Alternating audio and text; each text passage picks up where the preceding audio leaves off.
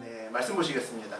오늘 은혜 받으실 기록된 하나님의 말씀은 나훔서 1장 1절에서 11절까지 보겠습니다. 구약성서 1298쪽에 있습니다. 네, 우리 1절에서 11절의 내용을 저하고 여러분이 한 절씩 교독하도록 하겠습니다. 제가 먼저 1절 교독합니다. 니느웨에 대한 경고 곧 엘고스 사람 나훔의 묵시에 그리라. 여호와는 질투하시며 보복하시는 하나님이시니라. 여호와는 보복하시며 진노하시되 자기를 거스르는 자에게 여호와는 보복하시며 자기를 대적하는 자에게 진노를 품으시며 여호와는 노하기를 더디하시며 권능이 크시며 벌받는 자를 결코 내버려두지 아니하시느니라. 여호와의 길은 회오리 바람과 광풍에 있고 구름은 그의 발에 티끌이로다. 그는 바다를 부수셔 그것을 말리시며 모든 강을 말리시나니 바산과 갈멜이 쇠하며 레바논의 꽃이 시드는도다. 그로 말미암아 산들이 진동하며 작은 산들이 높고 그 앞에서는 땅 곧 세계와 그 가운데 있는 모든 것들이 솟아오르는도다. 누가 능히 그의 분노 앞에 서며 누가 능히 그의 진노를 감당하랴. 그의 진노가 불처럼 쏟아지니 그로 말미암아 바위들이 깨지는도다. 여호와는 선하시며 환난 날에 산성이시라. 그는 자기에게 피하는 자들을 아시느니라. 그가 범람하는 물로 그곳을 진멸하시고 자기 대적들을 흑암으로 쫓아내시리라. 너희는 여호와께 대하여 무엇을 꾀하느냐? 그가 온전히 멸하시리니 재난이 다시 일어나지 아니하리라. 가시덤불같이 엉클어졌고 술을 마신 것 같이 취한 그들은 마른 지푸라기같이 모두 탈 것이거늘. 함께 읽겠습니다. 여호와께 악을 꾀하는 한 사람이 너희 중에서 나와서 사악한 것을 권하는도다. 하나님 말씀입니다. 아멘. 네, 우리 나훔서로 이제 넘어왔습니다. 우리 소선지서 이야기, 우리 미가서 지나서 우리 나훔서로 왔고요. 나훔서 1장 1절에서 11절까지 함께 읽었습니다. 그 내용 가지고 여전히 내 마음에 빈자리가 있는가? 여전히 내 마음에 빈자리가 있는가라는 제목으로 함께 은혜 나누겠습니다. 나훔서도 소예언서 중에 하나입니다. 그렇게 길지 않습니다. 3장까지 되어 있는 그렇게 작은 책입니다. 나훔이 활동하던 시대, 오늘 나훔서에 대한 전반적인 계략을 좀 봐야겠죠. 나훔이 활동하던 시대가 어느 때였냐 보게 되면 남유다의 요시야 왕 때였습니다. 요시야 왕. 북이스라엘은 이미 아수르에게 망해버렸습니다.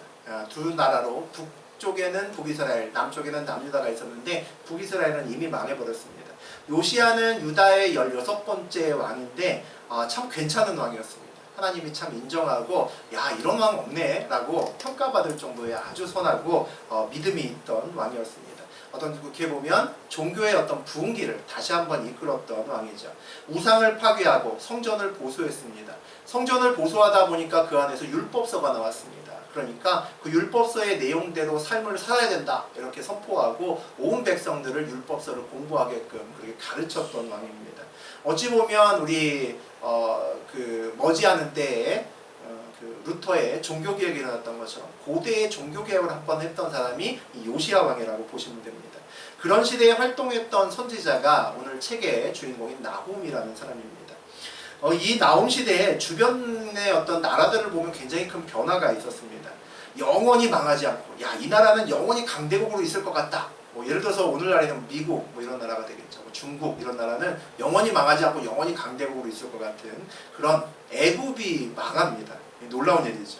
이스라엘의 최고의 자부심이 뭘까요? 히브리인들의 최고의 자부심 출애굽입니다. 출애굽.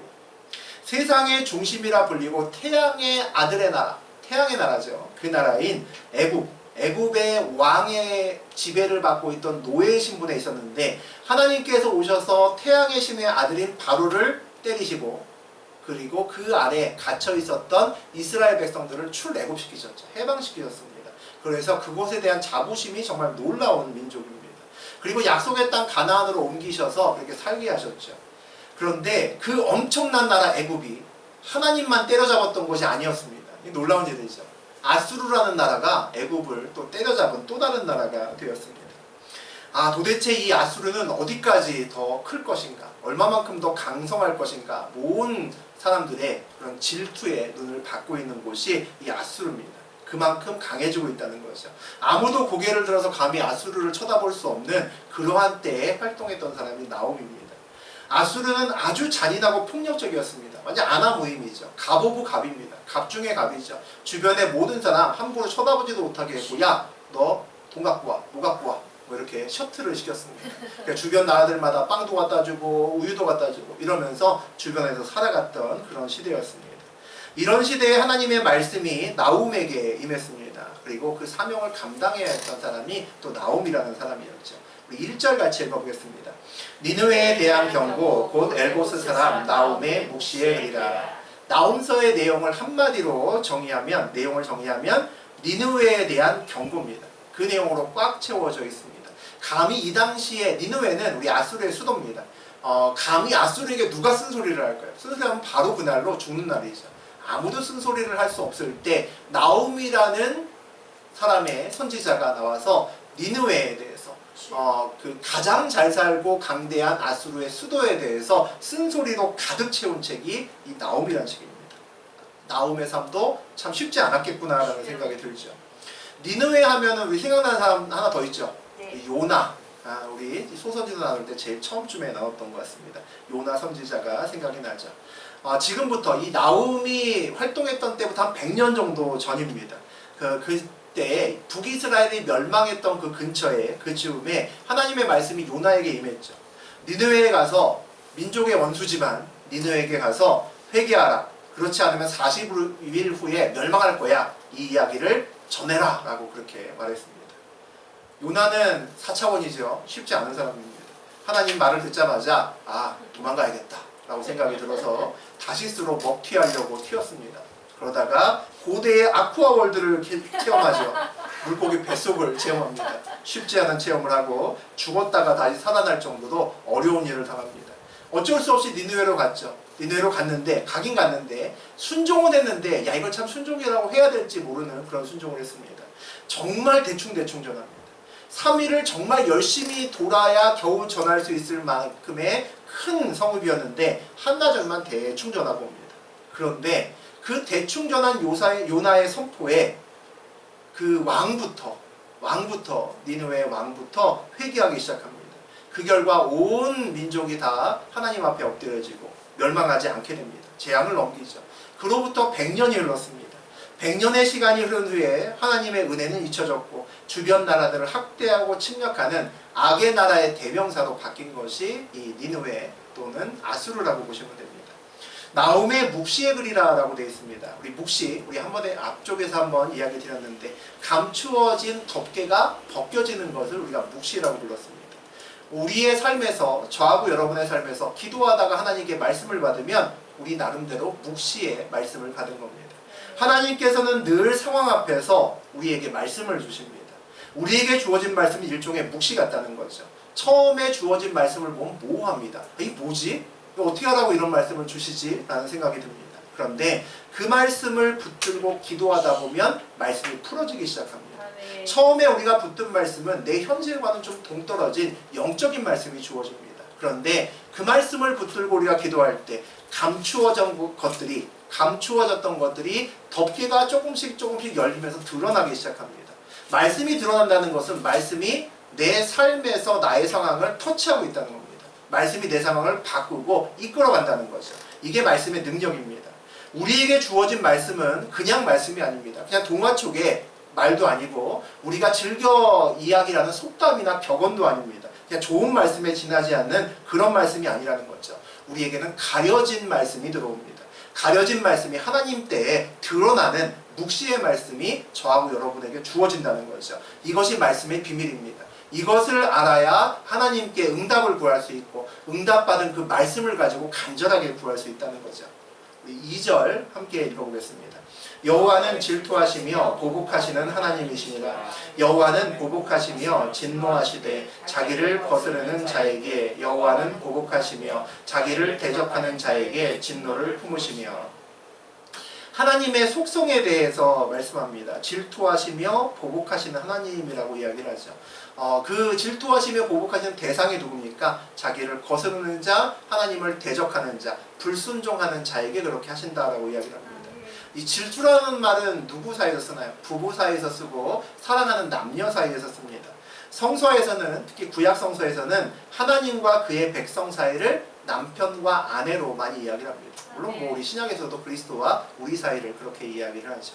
우상을 숭배하는 것은 외도하는 겁니다. 내 아내를 두고 내 남편을 두고 다른 사람하고 문제를 일으키는 거죠. 간음하는 겁니다. 우상을 숭배하는 것은 내 마음에 하나님이 있어야 되는 자리에 하나님이 아니라 엉뚱한 다른 우상이 자리를 잡고 있는 거죠. 그래서 우상을 숭배하는 것은 구원을 버리는 겁니다. 하나님의 질투라는 것은 다른 말로 하면 그의 백성들을 구원하고자 하는 하나님의 열심입니다.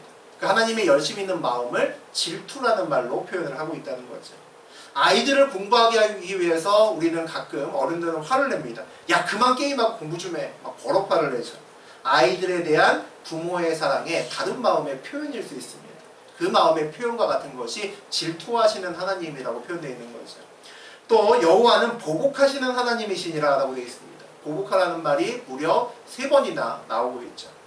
이 보복한다는 말은 사실 느낌이 별로 좋지 않은 말입니다. 그래서 우리가 읽으면서도 하나님이 보복하신다? 이거 좀 이상하네 라는 느낌이 들죠.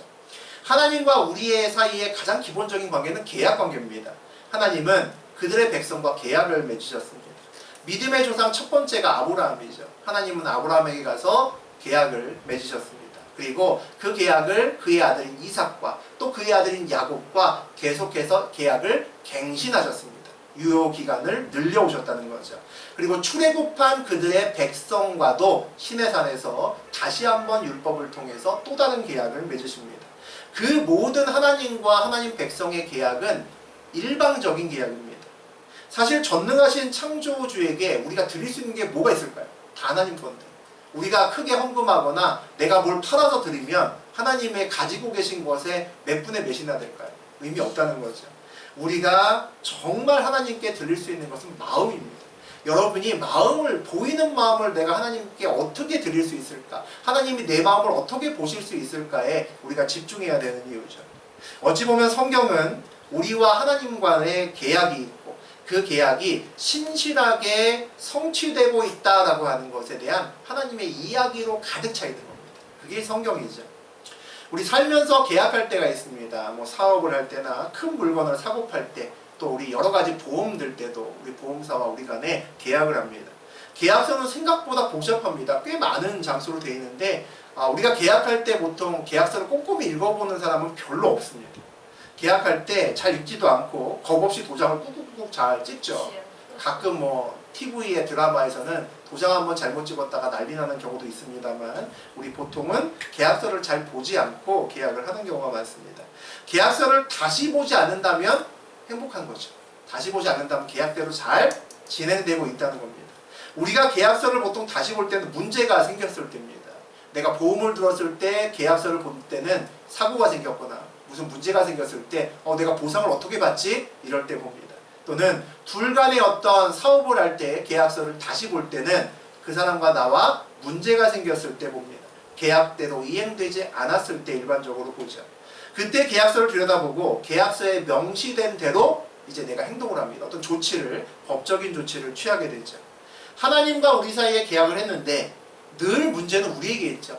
하나님은 신실하시고 거짓도 없으시고 항상 말씀대로 행하시는 분이기 때문에 하나님과 우리 간에 계약에 문제가 있다 하면 100% 우리 때문입니다. 계약 위반이 되면 하나님과 우리의 계약의 조항에 따라서 우리가 그 책임을 져야 되는 거죠. 그 계약 위반에 대한 책임을 묻는 것이 하나님의 보복입니다. 계약 당사자 간에 문제가 생겼을 때 우리가 보통 뭐라고 합니까? 야, 계약서대로 해, 법대로 해 라고 이야기를 하죠. 이것이 하나님의 보복이라는 것은 어찌 보면 법대로 한다는 거죠. 하나님을 그래서 두려워하는 마음은 굉장히 중요한 것 같습니다. 어린 손자가 할아버지의 수염을 잡아 당기듯이 하나님을 사랑과 자비의 하나님으로만 인식하고 살면 곤란하다는 거죠.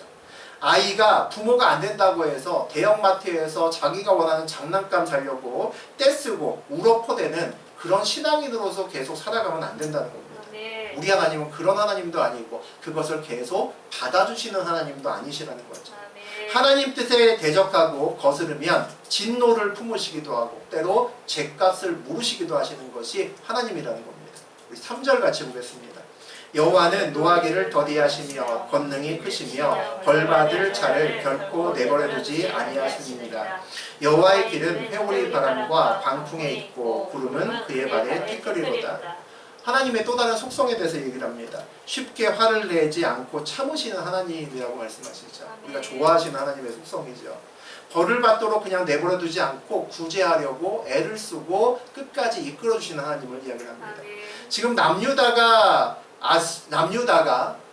얌유다는 아수르가 바로 북에 있는 북이스라엘을 멸망시켰던 것을 눈으로 확인했던 그런 시대입니다. 아수르가 남유다를 완전히 정복하지는 못했지만 조공을 바치는 속국이나 다름이 없습니다. 아수르에게 감히 대들지 못하죠. 아수르가 이렇게 해, 그럼 조용히 가서 우유 갖다 줘야 되는 것이 남유다입니다. 남유다는 하나님의 나라잖아요. 하나님의 백성들인데 아수르는 우상의 나라입니다. 그런데 하나님 나라가 우상의 나라에 꼼짝도 하지 못하는 그런 시대에 살고 있는 거죠. 아수르에게 매일 터지고 매일 고통받습니다. 무슨 생각이 들까요?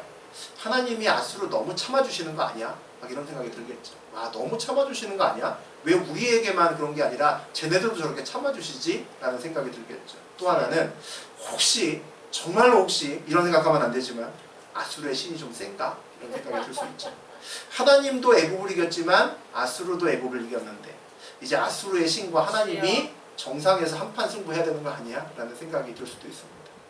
그에 대한 대답이 나와 있죠. 여호와는 노하기를 더디하시며 권능이 크시며 힘이 있지만 참으신다라고 되어 있습니다. 벌받은 자를 결코 내버려두지 아니하시니라. 인내하지만 죄를 그냥 넘기시지 못하기 때문에 반드시 심판할 것이다 라는 내용이 있죠. 여호와의 길은 회오리바람과 광풍이 있고 구름은 그의 발에 티끌이로다. 하나님의 길에는 늘 회오리바람과 광풍을 동반하는 하나님의 임재를 누구나 알 수 있는 그와 같은 징조를 보이신다는 겁니다. 하나님은 보이지 않는 분이 아니라 보이도록 해주신다는 거죠. 높은 구름을 밟고 다니시면서 다 보고 계시는 능력자다라고 되어 있습니다. 4절 같이 보죠. 그는 바다를 꾸짖어 그것을 말리시며 모든 강을 말리시나니 바산과 갈멜이 쇠하며 레바논에 꽃이 시드는도다. 하나님의 또 다른 속성이죠. 놀라운 권능입니다. 바다를 꾸짖어서 말리신답니다. 강도 말리신다는 거죠. 이 내용을 보면 우리가 두 가지가 떠오릅니다. 이 세상을 창조하실 때 이야기가 떠오르고 또 하나는 출애굽하면서 홍해를 가르실 때 이야기가 떠오르죠. 창조 시대에서 보게 되면 바다와 물은 구약에서 늘 혼돈과 무질서의 상징입니다. 혼돈과 무질서의 상징으로 덮여있던 세상을 물을 나누고 육지를 나누면서 질서를 세워가십니다. 혼돈의 세상을 질서의 세상으로 바꾸는 것이 하나님의 창조의 원리 중에 한 가지입니다. 또 홍해를 가르셔서 완전히 말리셔서 추를 애굽하는 백성들이 편안하게 강바닥을 또는 바다를 그냥 걸어가게 만드시죠. 애굽을 바로를 이기시고 그 백성을 해방시켰던 하나님입니다. 그 하나님이고 또 바산과 갈멜의 기름진 땅을 황폐하게 신다라고 되어 있습니다. 바산과 갈멜은 가장 그 풍요롭고 기름진 땅입니다. 씨만 뿌려도 농사된다 이런 땅이죠. 요단 동쪽에 있습니다. 이 땅에 황폐함을 주신다라고 되어 있습니다. 세상의 풍요도 세상의 빈곤도 다 하나님 손아귀에 있다라는 이야기죠. 아무리 큰 풍요도 하나님이 부시면 한순간에 다 날아간다는 겁니다. 지금은 아수르가 아무도 대적할 수 없고 아무도 그의 뒷담화를 할 수 없을 만큼의 놀랍고 큰 강대국이지만 하나님의 대적의 자리에 된 선 그들은 반드시 하나님으로 인해 황폐하게 될 것이다 라고 말씀하십니다. 5절과 6절 보죠. 그로 말미암아 산들이 진동하며 작은 산들이 높고 그 앞에서는 땅 곧 세계와 그 가운데 있는 모든 것들이 솟아오르는도다. 누가 능히 그의 분노 앞에 서며 누가 능히 진노에 감당하랴. 그의 진노가 불처럼 쏟아지니 그로 말미암아 바위들이 깨지는지라. 살아계신 하나님에 대해서 묘사하고 있습니다. 구약에서 하나님이 그의 모습을 드러내실 때 그의 모습을 직접 본 사람은 없지만 그의 모습이 드러낼 때 여러 가지 징후들은 셀 수 없는 많은 사람들이 보았다는 거죠. 산이 진동하고 작은 산들이 무너져 내리고 여러 가지 솟아오르는 그런 놀라운 일을 봤다는 겁니다. 하나님의 살아계심을 노래하죠. 그리고 그 살아계신 하나님 앞에서 감히 그를 대적하는 자는 아무도 있을 수 없다라고 이야기를 합니다. 7절 보죠. 여호와는 선하시며 환난 날의 산성이시라. 그는 자기에게 피하는 자들을 아시느니라. 여호와는 선하시고 환난 날에 도움 되신다. 고백할 수 있는 사람이 누굴까요? 환난 날에 여호와를 찾고 그에게 진짜 피하는 사람이 그런 고백을 할 수 있겠죠.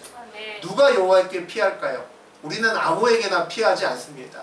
잘 보고 내가 유리하고 저 사람이 더 센데 라는 그 사람 옆에 붙죠. 그래야 살 수 있을 것 같으니까. 하나님께 붙는 사람은 여호와를 신뢰하는 사람입니다. 하나님께 붙는 사람은 하나님과 친밀한 관계를 가진 사람입니다. 저 사람이 나를 먼저 보호해 줄 거야 라고 믿기 때문이죠. 그리고 무엇보다 내가 늘 약하다고 생각하는 사람만이 하나님께 도움을 청합니다. 붙을 수 있다는 거죠. 내가 늘 약하다고 생각하는 사람이 어떤 사람일까요? 나에게 답이 없어 라고 인정하는 사람입니다. 나에게 답이 없어 라고 인정하는 사람의 대표적인 사람이 우리 창세기 때 함께 요즘에 나누는 요셉이라는 사람이죠. 우리 창세기 41장 16절 다시 한번 읽어보겠습니다. 요셉이 바로에게 대답하여 이르되 내가 아니라 하나님께서 바로에게 편안한 대답을 하시리이다. 우리 창세기 나누면서 우리 요셉장 나누면서 굉장히 많이 반복해서 함께 여러 번 읽었던 것이 41장 16절입니다. 읽을 때마다 은혜가 되고 이것이 저하고 여러분의 삶에서 정말 우리의 가치관, 우리의 좌우명이 됐으면 좋겠다라는 생각이 듭니다. 감옥에서 억울하게 죄인으로 살아가다가 감옥에 절대적으로 나갈 수 있는 열쇠를 갖고 있는 사람이 누굽니까? 바로 눈앞에 있는 바로 왕이죠. 자기의 운명을 쥔 사람 앞에서 우리가 당당하기는 참 어렵습니다. 의리가백에 뭔 말을 잘 못하는 거죠. 그래서 지금 유다도 아수르에게 입도 뻥끗 못하는 겁니다. 그래서 요즘에도 세상에도 갑질이란 말이 나오는 거죠. 높은 자리에 있고 힘과 권력이 있으면 막 함부로 해도 어떻게 하지 못하는 겁니다. 을은 그것을 내가 거스를 때마다 그만큼 나에게 피해가 오기 때문이죠. 이 사람에게 잘 보여야 내가 회사 매출이 올라갈 텐데 그 사람 앞에서 막말 못합니다. 이 사람에게 잘 보여야 내가 학위를 받을 수 있고 이 사람에게 잘 보여야 승진할 수 있다면 나도 모르게 그 사람 눈치를 보게 되고 나도 모르게 위축됩니다.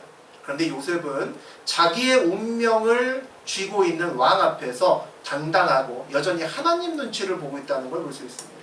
그가 바로 왕에게 오늘 말하는 저 16절은 진심이고 진리입니다.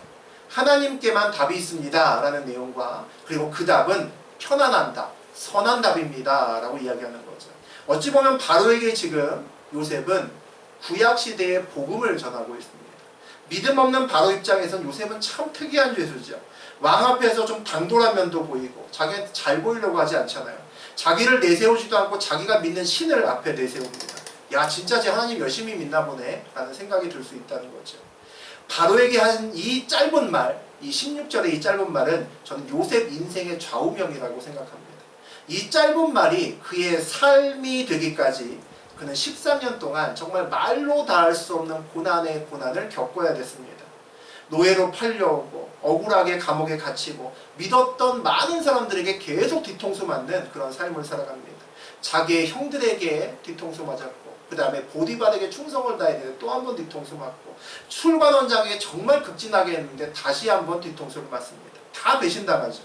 모두에게 다 배신당하고 나니까 깜깜했던 그 2년 동안 누가 보입니까? 하나님을 보이는 겁니다. 드디어 하나님을 보게 되는 거죠. 믿었던 사람 또는 믿었던 어떤 것에 대해서 내가 배신당한다는 것은 뭘 얘기합니까? 네가 아무도 믿을 거 없어 라는 것을 하나님이 알려주시는 겁니다.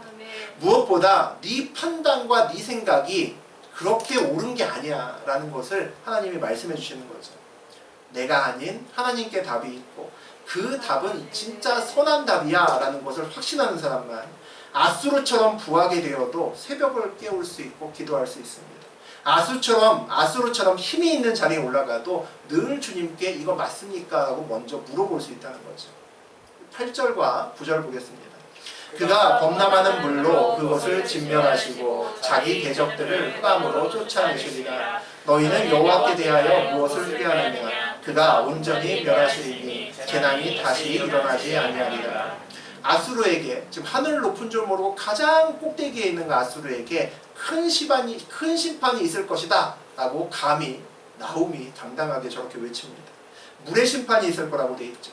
창세기에 죄악에 물든 세상을 아시는 것처럼 물의 홍수로 쓸어버리십니다. 노아의 가족만 남기셨죠. 그 심판이 다시 한번 있을 거라는 겁니다. 대적들은 모두 다 깜깜한 어둠으로 쫓겨날 거라고 이야기합니다.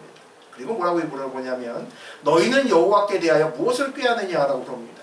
좀 쉽게 풀이하면 너희가 여호와께 어떤 의심을 갖고 있는 거 아니니? 라고 묻는 겁니다. 히스기야 때 아수르가 물밀듯이 남유다로 밀고 올라왔습니다. 예루살렘 하나만, 우리나라 지금 서울이죠. 서울 하나만 남겨놓고 거기 쭉 둘러싸고 다 만방으로 깨졌습니다. 온 나라가 절망했죠. 야, 끝났구나. 근데 그 절망의 순간에서 하나님이 도우십니다. 하나님이 놀라운 손으로 그 아수르를 퇴치하십니다. 아무것도 안 하고 기도만 했는데 놀라운 일이 벌어졌죠. 이렇게 한번 크게 놀라고 나니까 보통 마음속에 뭐가 올라옵니까? 두 가지 감정이 올라옵니다. 의심과 불안이 올라오고 한순간에 또 믿음이 올라옵니다. 자라보고 놀란 가슴이 소뚜껑만 보고도 깜짝 놀란다는 거죠. 야, 이기긴 이겼는데, 우리가 이기긴 이겼는데 아수르가 또 하도 넘어갈 수 있을까라는 생각이 올라옵니다. 그리고 하나님을 대적하는 아수르는 왜 아직도 건재하지? 쟤네들은 왜 아직도 잘 나가지? 꼬리에 꼬리를 무는 의심이 올라옵니다. 여러분하고 제가 삶을 살다 보면 위기를 겪습니다. 위기를 보통 넘어가죠. 넘어가고 나면 두 개의 마음이 올라옵니다. 하나는 믿음이고 하나는 의심입니다. 하나님과 함께 하시면 내가 어떤 상황이라도 이길 수 있어 라는 믿음의 마음이 하나 올라오고, 그런데 이와 같은 상황이 또 오면 어떡하지? 불안이 올라옵니다. 그때도 괜찮을까? 의심이 올라온다는 거죠. 의심이 믿음을 이기면 믿음이 제자리로 돌아갑니다. 힘든 시간을 보냈지만 그 시간이 연단이 아니라 고난의 시간이 된다는 거죠. 또다시 훈련받고 시험을 통과해야 됩니다. 우리는 늘 믿음이 의심을 이겨야 됩니다. 믿음이 의심을 이겨야 그 시간이 고난의 시간이 아니라 연단의 시간이 되기 때문이죠. 어려운 시간 보내는데 그 시간이 그냥 연단의 시간이 아니라 고난의 시간으로 끝난다면 정말 안타까운 일입니다. 힘든 일을 겪었는데 믿음하고 의심하고 싸우다가 의심이 이겨서 내 믿음의 자리가 제자리로 돌아온다면 그 시간은 나에게 별로 의미가 없는 시간이 된다는 거죠. 저하고 여러분의 마음속에 어느 날 믿음과 의심이 함께 들어온다면 긴장해야 됩니다. 기도해야 된다는 거죠. 반드시 믿음을 붙들고 의심을 몰아내야 되는 시간이 되어야 됩니다. 그것 하지 못하면 여러분이 지내온 어떤 시간이 물거품이 됩니다. 다시 고난의 시간으로 바뀐다는 거죠. 우리 10절과 11절 보겠습니다. 가시덤불같이 엉클어졌고 술을 마신 것 같이 취한 그들은 마른 지푸라기 같이 모두 탈 것이거늘 여호와께 악을 꾀하는 한 사람이 너희 중에서 나와서 사악한 것을 권하는도다. 아수르를 가시덤불에 비교하는 것을 볼 수 있습니다. 주변 나라에게 늘 상처를 주는 거죠. 가시로 마구마구 찌르는 강한 가시를 갖고 있는 아수르를 얘기합니다. 술을 마신 것 같이 취한 그들, 우리가 기쁘고 즐거우면 세상에서는 술을 먹죠. 풍요로움과 기름짐으로 술잔치를 하고 있는 아수르입니다. 매일같이 모여서 남의 것 빼앗고 그걸 갖고 술잔치를 벌입니다. 파티를 매일매일 하면서 세상의 즐거움에 푹 잠겨서 사는 거죠. 세상 모두는 그런 아수르를 부러움의 눈으로 쳐다보고 있었겠죠. 인생길에서 우리가 이런 아수르와 같은 가시덤불을 보면 마음에 큰 상처가 됩니다. 어려움이 되죠. 그 가시덤불이 아주 더 날카로워지고 점점 더 잘 나간다면 우리 마음은 정말 힘들어집니다. 야, 저거 어떻게 이길 수 있지? 내가 저거 이기고 나가야 되는데 어떻게 나갈 수 있지? 라는 생각이 듭니다. 그런데 오늘 뭐라고 얘기하시냐면 마른 지푸라기 같이 모두 탈 것이거늘 이라고 이야기하십니다. 가시덤불이, 그 잘 나가는 가시덤불이 가시도 없는 마른 지푸라기가 된다면 무슨 생각이 듭니까? 시들시들해진다면 야, 심판받았구나. 야, 하나님 역시 그렇지. 심판받았구나. 라는 생각이 들겠죠. 그런데 하나님은 그 가시덤불이 마른 지푸라기로 끝나는 것이 아니라 모두 태울 것이라고 말씀하십니다. 마른 지푸라기가 되어도 심판은 멈추지 않고 모두 탈 때까지 그 심판은 끊어지지 않는다는 거죠. 마른 지푸라기 같이 모두 태울 것이라는 이 말에서 우리는 하나님이 아수르를 진짜 미워하시는구나 라는 생각이 듭니다. 여호와께 악을 꾀하는 한 사람이 너희 중에서 나와서 사악한 것을 권하는도다. 하나님께서 다 태우시고 다 멸망케 하실 것인데 그럼에도 불구하고 악을 꾀하는 아수르가 여전히 자기 생각대로 하려고 한다라고 말씀하십니다. 그래서 아수르는 대표적으로 나홈서에서 교만을 상징합니다. 스스로 강해지고 높아져서 자기 맘대로 하는 것을 이야기를 하죠. 하나님은 보통 언젠가 내가 너 심판하고 말 거야. 벼르고 또 벼르면서 함정파 놓고 너 걸리기만 해봐 라고 기다리시는 분은 절대 아닙니다. 늘 먼저 훈계하시고 경고의 말씀을 주시죠. 늘 회개하고 돌아와서 다시 회복할 수 있는 기회를 언제나 주십니다. 하지만 그럼에도 불구하고 돌아오지 않으면 그럼에도 불구하고 악의 자리를 계속 지키고 있으면 하나님의 인내의 시간을 넘겨버리면 그 말씀이 회복의 말씀이 사라지고 온전히 경고의 말씀으로 채워져 있습니다. 선지서 중에서 나훔서만이 회복의 말씀이 없습니다. 나훔서는 처음부터 끝까지 전부 다 심판과 무서운 말씀으로 가득 채워져 있다는 거죠. 인생길에서 부족한 남유다로 있을 때는 우리가 괜찮은데 교만한 아수르가 돼서 선을 넘어버리면 큰 문제가 생깁니다. 우리가 작고 약할 때는 하나님을 잘 찾잖아요. 조금만 누가 건드려도 의지할 데 없으니까, 돈도 없고 권력도 없으니까 자꾸 와서 기도합니다. 하나님 어떡하죠? 라고 물어봅니다. 그러다가 강해지면 딴 생각을 하는 사람들이 많아집니다. 성공해서 내가 할 수 있는 일이 점점 많아지는 것이 복이 되지 않을 때가 참 많겠구나라는 생각이 참 많이 듭니다. 성경의 많은 인물들이 모두 연단의 시간에 사고를 치는 것이 아니라 쓰임 받다가 사고를 칩니다. 여러분 성경책 보시면 그런 생각 굉장히 많이 드실 겁니다. 사울도 왕이 되고 나서 초반에는 자기 고향에 살면서 똑같이 양을 치면서 그냥 그렇게 살았습니다. 그러다가 왕권이 안정화되고 권력의 맛을 알아가면서 사고를 칩니다. 전쟁에서 승리하기 위해서 기다리지 못하고 자기 스스로 제사를 먼저 지내버리기도 하고, 하나님이 아말렉과의 전쟁에서 모두 다 깨끗이 다 없애고 오라고 말했는데 살찐 소와 양을 슬며시 남겨놓고 모른 척하고 오기도 합니다. 다윗도 사울에게 쫓기며 살던 15년 동안에는 그렇게 물으면서 그렇게 기도하면서 살았습니다. 다윗이 범죄한 때는 다윗이 온 이스라엘의 왕으로 되고 연전연승해서 이제 다윗이 굳이 전쟁터에 가서 칼 잡고 나가지 않아도 부하들만 보내도, 요압만 보내도 그냥 이기는 겁니다. 그때 다윗이 죄를 짓습니다. 우리아의 아내도 범하고 하나님이 그렇게 싫어하시는 인고주사도 합니다. 아, 내 힘이 이만큼이구나. 자기 스스로 자기가 가진 거 세워본다는 거죠. 자기가 가진 거 세워본다는 것은 하나님께 묻지 않게 된다는 겁니다. 남유다의 길에서 아수르의 길로 가면 누구나 문제가 된다는 거죠. 우리의 마음에 항상 문제의 시작이 있습니다. 우리 마태복음 5장 3절 읽어보겠습니다. 심령이 가난한 자는 복이 있나니 천국이 그들의 것이니요. 우리 사복음서에다 나와 있는 우리 팔복에 대한 예수님의 말씀 중에 가장 처음입니다. 마태복음 5장에 팔복의 내용이 나오죠. 이 다음에 애통하는 자는 복이 있나니 위로를 받고, 온유한 자는 복이 있나니 땅을 기업으로 받고, 의에 굶주린 자는 복이 있나니 배부를 것이다, 기타 등등등등 8가지 복이 계속 나옵니다. 이 8가지 복을 다 받아야겠다, 우리 읽으면서 그런 생각이 들죠. 이 8가지 복 중에서 제일 첫 번째 복이 심령이 가난한 자 또는 마음이 가난한 자로 해석이 됩니다. 마음이 가난한 자는 복이 있다라고 되어 있죠. 우리가 보통 가장 중요한 것이 제일 처음에 나오잖아요. 가장 본질적인 것이 처음에 나옵니다. 우리 하나님이 구약시대에 말씀하셨던 10개의 계명, 10계명이 있죠. 10계명에서 가장 중요하고 가장 본질적인 것은 첫 번째 계명입니다. 나 외에는 다른 신을 내게 두지 말라, 이거죠. 그 첫 번째 계명을 잘 지키는 사람은 나머지 9개의 계명도 충성되게 잘 지킬 수 있습니다. 모든 것에 마음의 밭은 첫 번째 계명에 있다는 거죠. 예수님이 말씀하시는 8복을 다 누리고, 야, 나도 1번 복뿐만 아니라 8번까지 복을 다 받아야겠다 라고 생각이 한다면 가장 첫 번째로 먼저 마음이 가난한 자가 돼야 된다는 거죠. 이게 가장 근본이 되고 가장 중요한 겁니다. 우리는 보통 가난하다라는 말을 싫어합니다. 그래서 성경에서 가난한 말이 나오면 잘 읽지 않습니다. 내 얘기 아닐 거야. 부자가 천국 가기에 낙타가 바늘 들어가는 것이 힘들다 그러면 건너뜁니다. 내 얘기는 아닐 거야 라고 얘기를 하죠. 가난하다는 말은 항상 부족하다는 말이죠. 결핍되어 있다는 겁니다. 마음이 가난하다는 것은 무엇인가 늘 채우기를 원하는 그런 마음을 얘기를 합니다. 성경에서 마음이 가난하다는 것은 하나님을 늘 구하는 마음을 가지고 있다는 겁니다. 교만의 반대말이죠. 아수르의 반대말이 마음의 가난함입니다. 정말 마음이 가난하려면 내 마음에 늘 빈자리가 있어야 됩니다. 내 마음에 늘 빈자리가 있어야 된다는 거죠. 돈이 많아지면, 높은 자리에 올라가면, 내 아들, 딸들이 공부 잘해서 좋은 대학 가고 성공하면 마음이 가득 찬다 그러면 문제가 생긴 겁니다. 우리 2002년도에 오래된 얘기지만 다 아시는 얘기가, 우리 월드컵에서 우리나라가 4강 신화에 올라갔습니다. 진짜 신화죠.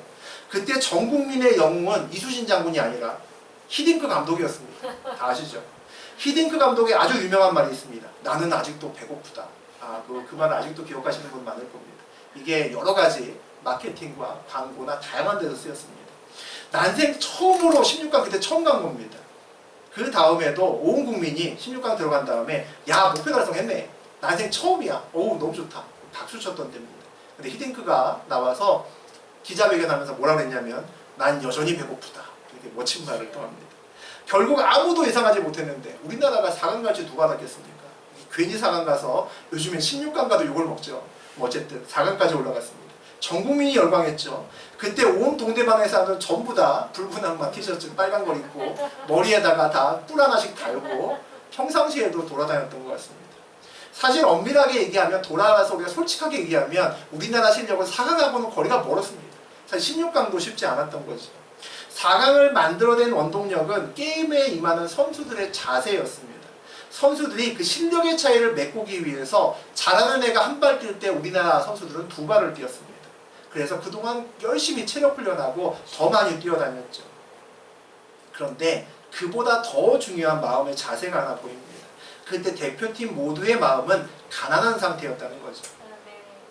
16강도 8강도 그들의 마음을 다 채워주지 못했다는 겁니다. 그래서 4강까지 간 겁니다. 다시 말하면 조별 예선을 할 때나 8강전을 할 때나 선수들은 똑같이 배고팠다는 겁니다. 이거 정말 쉽지 않은 겁니다. 우리가 직장 생활을 할 때 내가 주임으로 있을 때나 과장으로 있을 때나 임원으로 올라갔을 때나 같은 마음을 가지고 있는 사람이 몇 명이나 되겠습니까? 정말 손에 꼽을 만큼 적겠죠. 연단의 시간을 통해서 여러분은 무엇이 바뀌어야 된다고 생각하십니까? 많은 것들이 있겠지만 가장 근본이 되는 것은 마음이 바뀌어야겠죠. 마음이 가난한 자가 되어야 됩니다. 하나님이 아닌 세상의 무엇으로도 마음이 채워지지 않는 사람이 됐다면 연단의 시간을 잘 보내신 겁니다. 하나님 한 분만으로 내가 만족하는 사람이 되었다는 거죠. 그것이 마음이 가난한 자입니다. 그 마음을 가지고 있어야 가난하고 낮은 자리에 있을 때나 부하고 높은 자리에 있을 때나 같은 마음으로 하나님을 섬길 수 있습니다. 하나님의 마음에 합한 자, 가난한 마음의 대명사 다윗입니다. 다윗의 그 마음을 볼 수 있는 성경의 구절이 있습니다. 사무엘하 6장 14절과 20절 보겠습니다. 다윗이 여호와 앞에서 힘을 다하여 춤을 추는데 그때에 다윗이 배에 에봇을 입었더라. 사울의 딸 미갈이 나와서 다윗을 맞으며 이르되 이스라엘 왕이 오늘 어떻게 영화로우신지 방탕한 자가 염치 없이 자기의 몸을 드러내는 것처럼 오늘 그의 신복의 계집종의 눈앞에서 몸을 드러내셨다 하니 이스라엘의 왕이 되었습니다. 다윗이. 그러자 하나님의 임재의 상징인 언약궤가 없음을 알고 그것을 어떻게든지 간에 예루살렘 자기가 살고 있는 수도에 모셔오려고 합니다. 언약궤가 들어오는 날 다윗이 춤을 추었다라고 되어 있습니다. 그런데 그냥 춤을 춘 것이 아니라 어깨춤만 살짝 덩실덩실 춘 것이 아니라 슬쩍 폼나게 노래만 슬쩍 부른 것이 아니라 뭐라고 되어 있습니까? 힘을 다해 춤을 추었다는 겁니다. 참 부드럽게 표현되어 있는데 힘을 다해 춤췄다는 게 무슨 얘기입니까? 미친듯이 춤췄다는 겁니다. 맞잖아요. 우리가 힘을 다해 춤췄다는 것은 완전히 미친듯이 춤췄다는 겁니다. 왕의 옷이 화려한 왕의 옷을 입고 있는 것이 아니라 배 에봇을 입고 춤을 추었습니다. 왕의 화려한 그 자리가 아니라 하나님을 전심으로 모시는 제사장의 자리에서 하나님의 언약궤를 맡고 싶었다는 다윗의 마음을 볼 수 있습니다. 그 좋은 옷 다 벗어 제끼고 그 루이비통 옷 다 벗어 제끼고 그냥 목사들이 입는 저와 같은 목회 셔츠 입고 앞에서 춤췄다는 겁니다. 힘껏 춤을 추다가 옷이 벗겨서 맨살이 드러나서 채통이 말이 아닌 모습을 보임에도 아랑곳하지 않고 춤췄다는 겁니다. 정말 남들이 보기에 야, 저 사람 왕 맞아? 이렇게 주책이야? 그럴 정도로 미친듯이 춤췄다는 거죠. 아내 미갈의 눈에도 그렇게 보였던 것 같습니다. 아마 그곳에 있는 많은 백성들 눈에도 미갈처럼 비슷하게 평가할 겁니다. 그들의 눈에는 창피하고 부끄러운 그런 모습을 보이는 왕이었을지 모르지만 하나님 눈에는 그날 최고의 왕이었던 것이 다윗이 아니었을까 싶습니다. 다윗은 유다의 왕이 될 때, 이스라엘 왕이 될 때에도 그렇게 춤을 췄다는 기록이 없습니다. 성경에 어디를 봐도 다윗이 올라갔을 때 미친듯이, 또 미친듯이 아니라 덩실덩실 어깨춤 췄다는 이야기도 없습니다. 다윗은 언약궤 앞에서 하나님만 의식하고 춤을 출 수 있는 왕이었습니다.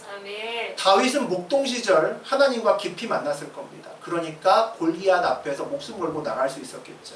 하나님과 목동 시절 만났던 그 첫사랑의 마음이 왕이 돼서도 그대로 갖고 있었다는 겁니다. 아멘. 이건 정말 대단한 거죠. 아멘. 한 나라의 왕이 되었는데 어떻게 그렇게 할 수 있을까요? 이스라엘 왕의 자리가 다윗의 마음을 다 채우지 못했다는 겁니다. 아멘. 다 채우지 못한 정도가 아니라 왕으로 채워진 마음보다 채우지 못한 마음이 훨씬 더 여전히 컸다는 거죠. 왕이 아닌 목동으로 있을 때나 이스라엘 왕의 자리에 있었을 때나 하나님에 대한 마음의 빈자리가 똑같았다는 겁니다. 여전했다는 거죠. 마음이 가난한 자라는 것은 다윗과 같은 이런 마음을 이야기를 합니다. 그런 마음을 가진 자죠. 여러분과 저는 늘 하나님이 목적이 되어야 됩니다. 방법은 바뀌지만 목적이 바뀌지 않기 때문이죠. 돈을 벌어도 높은 자리에 올라가도 우리의 목적이 하나님을 기쁘시게 하고 아멘. 하나님의 뜻을 이루는 것이라면 아멘. 우리 인생의 방향은 바뀌지 않습니다. 가난한 자의 축복이 있습니다. 우리의 마음에는 늘 주님을 위한 자리가 비워져 있어야 됩니다. 내 소원의 기도 제목이 정말 이루어져서 뛸 듯이 기쁜 때도 또는 예상치 못했던 큰 어려움, 환난이 와서 내가 주저앉아 있을 때도 주님의 자리는 늘 비워져 있어야 됩니다. 세상의 즐거움이 그 자리를 채워도 안 되고 세상의 두려움이 그 자리를 채워서도 안 됩니다. 아멘. 연단의 시간에 우리가 알아야 되는 것은 그 마음이 가난함의 축복이다라는 것을 아는 겁니다. 아멘. 마음이 가난한 것은 진정한 축복이구나라는 것을 알아야 됩니다. 아멘. 마음이 가난한 것이 축복이라는 것을 삶으로 증거해야 되는 것이 저하고 여러분입니다. 그래야 진정한 부요함을 느낄 수 있기 아멘. 때문이죠. 아수르는 오늘 우리가 함께 나눈 아수르는 100년 전에 요나라고 불리는 듣보잡 선지자입니다. 골 때리는 선지자죠. 4차원 선지자가 와서 하나님을 말씀을 전했던 그때 100년 전에는 대충 전했는데 온 나라가 회개하고 돌아왔습니다. 그때는 아수르에 하나님이 채우실 마음의 빈자리가 있었다는 거죠. 그래서 회개할 수 있었고 돌이킬 수 있었고 하나님의 심판을 피해갈 수 있었습니다.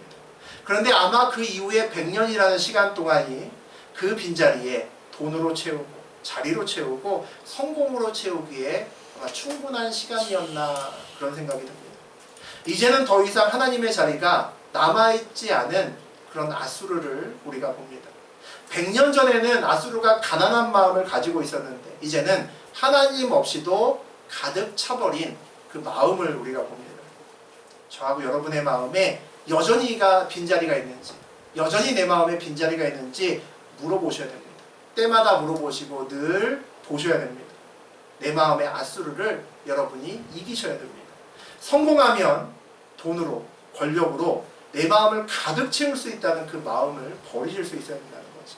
아무리 성공하고 아무리 세상을 형통해도 우리의 마음에는 늘 빈자리를 가지고 있어야 됩니다. 하나님은 언제나 하나님이 앉아 계실 우리 마음속에 들어오실 그 빈자리가 항상 저하고 여러분에게 있어야 된다는 거죠. 그것이 하나님을 경외한다는 겁니다. 그것이 가난한 마음을 가지고 있다는 겁니다. 그것이 주님께 합한 자의 마음이라는 거죠. 그 마음을 가지고 늘 빈자리를 가지고 평생을 살아갈 수 있는 저하고 여러분 되시기를 주의 이름으로 축원드립니다. 아멘. 아멘.